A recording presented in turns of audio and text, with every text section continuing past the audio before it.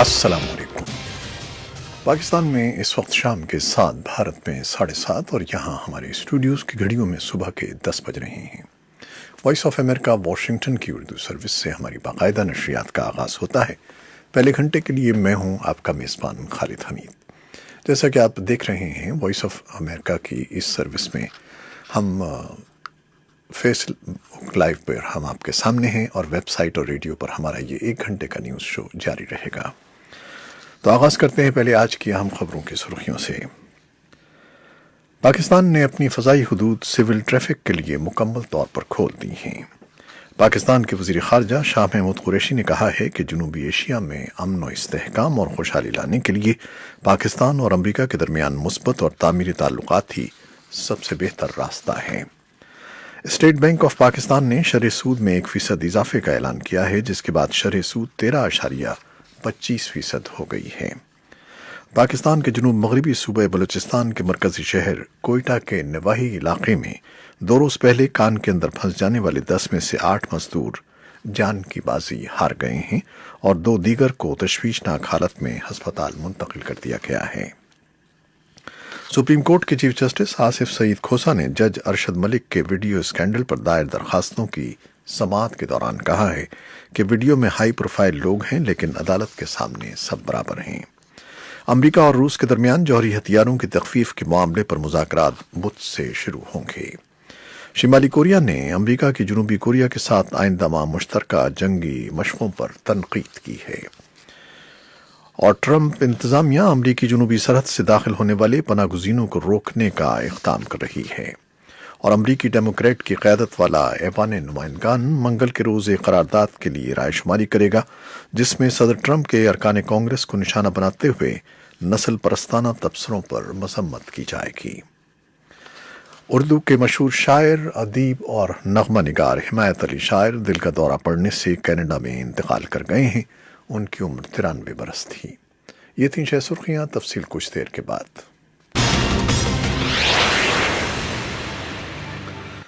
खबरें अब तफसील के साथ। पाकिस्तान ने अपनी फ़ज़ाई हुदूद सिविल ट्रैफिक के लिए मुकम्मल तौर पर खोल दी हैं। रवां साल फरवरी में भारत से कशीदगी के बाद पाकिस्तान ने अपनी फ़ज़ाई हुदूद परवाज़ों के लिए बंद कर दी थी, जिसे बाद अज़ां मुसाफिर परवाज़ों के लिए जुज़वी तौर पर खोल दिया गया था। अलबत्ता भारत से मुत्तसिल मशरक़ी सरहद बदस्तूर परवाज़ों के लिए बंद थी।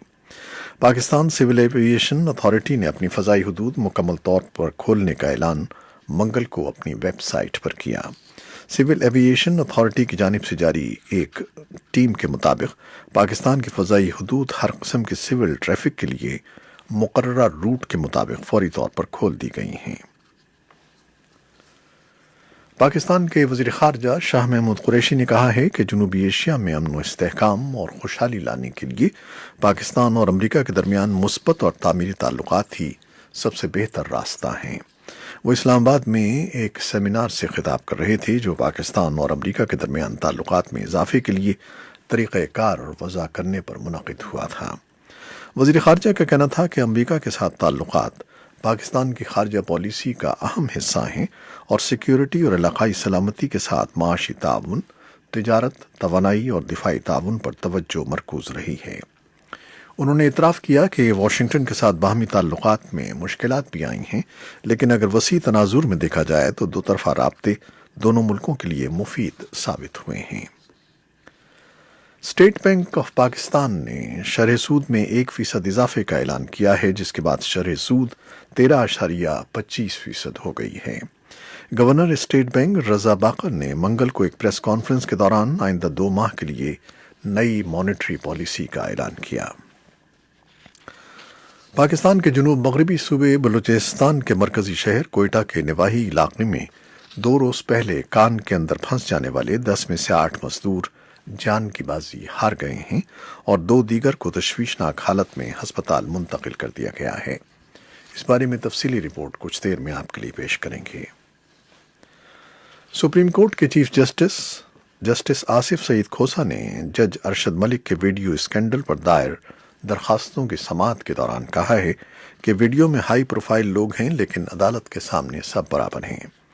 چیف جسٹس آصف سعید کھوسا کی سربراہی میں سپریم کورٹ کے 3 رکنی بینچ نے منگل کو احتساب عدالت کے سابق جج ارشد ملک کے ویڈیو اسکینڈل کیس کی سماعت بینچ میں جسٹس عظمت سعید اور جسٹس عمر عطا بندیال کے ہمراہ سماعت کی ہے۔ امریکہ اور روس کے درمیان جوہری ہتھیاروں کی تخفیف کے معاملے پر مذاکرات بدھ سے شروع ہوں گے۔ جنیوا میں ہونے والے مذاکرات کے دوران دونوں ممالک جوہری ہتھیاروں کی روک تھام کے کسی نئے معاہدے تک پہنچنے کی کوشش کریں گے۔ خبر رساں ادارے رائٹرز کے مطابق امریکی حکام کا کہنا ہے کہ روس اور امریکہ کے درمیان ہونے والے ان مذاکرات میں اگلے مرحلے میں چین کو بھی شامل کیا جا سکتا ہے۔ شمالی کوریا نے امریکہ کے جنوبی کوریا کے ساتھ آئندہ ماہ مشترکہ جنگی مشقوں پر تنقید کی ہے اور کہا ہے کہ یہ واشنگٹن کے ساتھ آئندہ ہونے والے جوہری مذاکرات پر منفی اثر ڈالیں گی۔ کوریا کے مرکزی خبر رساں ادارے نے ایک بیان میں کہا کہ شمالی کوریا کی وزارت خارجہ نے منگل کے روز بتایا ہے کہ یہ جنگی مشقیں اس معاہدے کی خلاف ورزی ہیں جو پچھلے سال سنگاپور میں ڈونلڈ ٹرمپ اور کم جونگ ان کے درمیان طے پایا تھا۔ شمالی کوریا کی وزارت خارجہ کے ایک ترجمان نے، جس کا نام ظاہر نہیں کیا گیا، کہا کہ ہم امریکہ کے آئندہ اقدامات پر نظر رکھیں گے اور اسی بنیاد پر بات چیت کی سطح کے انعقاد کا فیصلہ کیا جائے گا۔ امریکہ اور شمالی کوریا نے پچھلے ماہ غیر فوجی زون میں ٹرمپ اور کم کے درمیان جلدی میں بلائی گئی ملاقات میں فیصلہ کیا تھا کہ ورکنگ لیول کے مذاکرات کا انعقاد کیا جائے۔ ٹرمپ انتظامیہ امریکی جنوبی سرحد سے داخل ہونے والے پناہ گزینوں کو روکنے کا اقدام کر رہی ہے، جو میکسیکو کے راستے سرحد پار کرنے والے زیادہ تر وسطی امریکیوں پر اثر انداز ہوگا۔ امریکی محکمہ انصاف اور ہوم لینڈ سیکیورٹی کی طرف سے اعلان کردہ انتظامیہ کے اس اقدام سے ایسے لوگوں کو سیاسی پناہ دینے کے لیے درخواستیں دینے سے روک دیا جائے گا جو کسی ایسے ملک کے راستے زمینی سفر کریں جہاں امریکہ میں داخل ہونے سے پہلے سیاسی پناہ کی درخواست دینے کی اجازت تھی۔